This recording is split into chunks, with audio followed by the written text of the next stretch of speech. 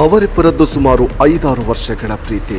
ಆದರೆ ಮದುವೆ ವಿಚಾರಕ್ಕೆ ಬಂದಾಗ ಯುವತಿ ಒಲ್ಲೆ ಎಂದಿದ್ದಾಳೆ. ಸಿಟ್ಟಿಗೆದ್ದ ಪ್ರಿಯಕರ ಆಕೆಯ ಪಿಜಿಯಿಂದ ಅಪಹರಿಸಿ ಬಾಡಿಗೆ ಕಾರಿನಲ್ಲಿ ಶಿರಾ ರಸ್ತೆಯಲ್ಲಿ ತೆರಳಿದ್ದಾನೆ. ಹುಡುಗಿಯನ್ನ ಕೊಲ್ಲಲೆತ್ನಿಸಿದಾಗ ಆಕೆ ಕಾರಿನಿಂದ ಜಿಗಿದು ಪಾರಾಗಿದ್ದಾಳೆ. ಇನ್ನು ಪ್ರಿಯಕರ ನಾಡಬಾಂಬ್ ಸ್ಫೋಟಿಸಿಕೊಂಡು ಆತ್ಮಹತ್ಯೆಯನ್ನ ಮಾಡಿಕೊಂಡಿದ್ದಾನೆ.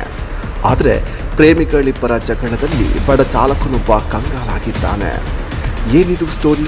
ಇದರ ಕಂಪ್ಲೀಟ್ ಡೀಟೇಲ್ಸ್ ಇಲ್ಲಿದೆ ನೋಡಿ. ಕಾರಿನಲ್ಲಿ ನಾಡಬಾಂಬ್ ಸ್ಫೋಟಿಸಿಕೊಂಡು ಯುವಕ ಆತ್ಮಹತ್ಯೆ ಮಾಡಿಕೊಂಡಿರುವಂತಹ ಭೀಕರ ಘಟನೆಯೊಂದು ತುಮಕೂರು ಜಿಲ್ಲೆಯ ಶಿರಾ ತಾಲೂಕಿನ ಕಳ್ಳಂಬೆಳ್ಳ ರಾಷ್ಟ್ರೀಯ ಹೆದ್ದಾರಿ 48ರಲ್ಲಿ ಶನಿವಾರ ಮಧ್ಯಾಹ್ನದಂದು ನಡೆದಿದೆ. ಉತ್ತರ ಕನ್ನಡ ಜಿಲ್ಲೆಯ ಅಂಕೋಲ ಮೂಲದ ನಾಗೇಂದ್ರ ಆತ್ಮಹತ್ಯೆ ಮಾಡಿಕೊಂಡ ಯುವಕ. ಇನ್ನು ಈ ದುರಂತದಲ್ಲಿ ಅಪಹರಣಕ್ಕೊಳಗಾಗಿದ್ದ ಯುವತಿ ಹಾಗೂ ಕಾರು ಚಾಲಕ ಅದೃಷ್ಟವಶಾತ್ ಪ್ರಾಣಾಪಾಯದಿಂದ ಪಾರಾಗಿದ್ದಾರೆ. ಸದ್ಯ ಸ್ಥಳಕ್ಕೆ ತುಮಕೂರು ಎಸ್ಪಿ ವೆಂಕಟ್ ಭೇಟಿ ನೀಡಿ ಪರಿಶೀಲನೆ ಮಾಡಿದ್ದು, ಈ ವೇಳೆ ಮತ್ತೊಂದು ಜೀವಂತ ಬಾಂಬ್ ಪತ್ತೆಯಾಗಿದೆ. ರಮ್ಯಾ ಹಾಗೂ ನಾಗೇಂದ್ರ ಇಬ್ಬರು ಅಂಕೋಲ ಮೂಲದವರು. ಬೆಂಗಳೂರಿನ ರಾಜೀವ್ ಗಾಂಧಿ ಆಸ್ಪತ್ರೆಯಲ್ಲಿ ರಮ್ಯಾ ಲ್ಯಾಬ್ ಟೆಕ್ನಿಷಿಯನ್ ಆಗಿ ಕೆಲಸ ಮಾಡುತ್ತಿದ್ದರೆ ನಾಗೇಂದ್ರ ಡೆಲಿವರಿ ಬಾಯ್ ಆಗಿದ್ದ. ಇಬ್ಬರು ಕಳೆದ 7-8 ವರ್ಷದಿಂದ ಪರಸ್ಪರ ಪ್ರೀತಿಸ್ತಾ ಇದ್ರು. ಆದರೆ ಮದುವೆ ವಿಚಾರವಾಗಿ ಇಬ್ಬರ ನಡುವೆ ಭಿನ್ನಾಭಿಪ್ರಾಯ ಮೂಡಿದ್ದು ರಮ್ಯಾ ಮದುವೆಗೆ ನಿರಾಕರಿಸಿದಳು.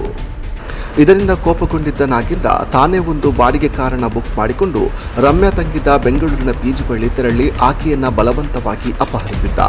ನಾಗೇಂದ್ರ ಪ್ಲಾನ್ ಮಾಡಿ ನಾಡಬಾಂಬ್ ತಯಾರಿಸಿಕೊಂಡು ಬಂದಿದ್ದ ಎನ್ನುವ ಮಾಹಿತಿ ಇದೆ. ರಮ್ಯಾ ನಾಪತ್ತೆ ಕುರಿತು ಆಕೆಯ ಸ್ನೇಹಿತೆ ತಕ್ಷಣವೇ ಸಿದ್ದಾಪುರ ಪೊಲೀಸ್ ಠಾಣೆಗೆ ದೂರು ನೀಡಿದ್ದಾಳೆ. ಇನ್ನು ರಮ್ಯಾಳನ್ನ ಕಿಡ್ನಾಪ್ ಮಾಡಿದ್ದ ನಾಗೇಂದ್ರ ಶಿರಾ ರಸ್ತೆಯಲ್ಲಿ ತೆರಳುತ್ತಾ ಇದ್ದ. ಕಾರಿನಲ್ಲೇ ಇಬ್ಬರ ಮಧ್ಯೆ ತೀವ್ರ ಜಗಳವೂ ನಡೆದಿದೆ. ಈ ವೇಳೆ ನಾಗೇಂದ್ರ ರಮ್ಯಾ ತಲೆಗೆ ಆಯುಧದಿಂದ ಹೊಡೆದಿದ್ದಾನೆ. ರಮ್ಯಾ ತಕ್ಷಣವೇ ಚಲಿಸುವ ಕಾರಿನಿಂದ ಹೊರಗೆ ಜಿಗಿದು ಜೀವ ಉಳಿಸಿಕೊಂಡಿದ್ದಾಳೆ.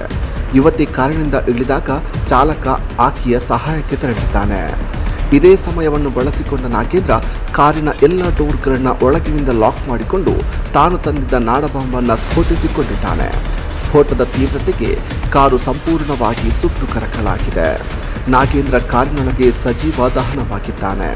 ಸದ್ಯ ಪ್ರಕರಣ ಭಾರಿ ಆತಂಕಕ್ಕೆ ಕಾರಣವಾಗಿದೆ. ಬೆಂಗಳೂರಿನಿಂದ ಪರಿಶೀಲನಾ ತಂಡ ಆಗಮಿಸಿದ್ದು, ಘಟನೆಗೆ ಸಂಬಂಧಿಸಿದಂತೆ ಸಿದ್ದಾಪುರ ಮತ್ತು ಕಳ್ಳಂಬೆಳ್ಳ ಪೊಲೀಸರು ಜಂಟಿ ತನಿಖೆಯನ್ನು ಮುಂದುವರೆಸಿದ್ದಾರೆ.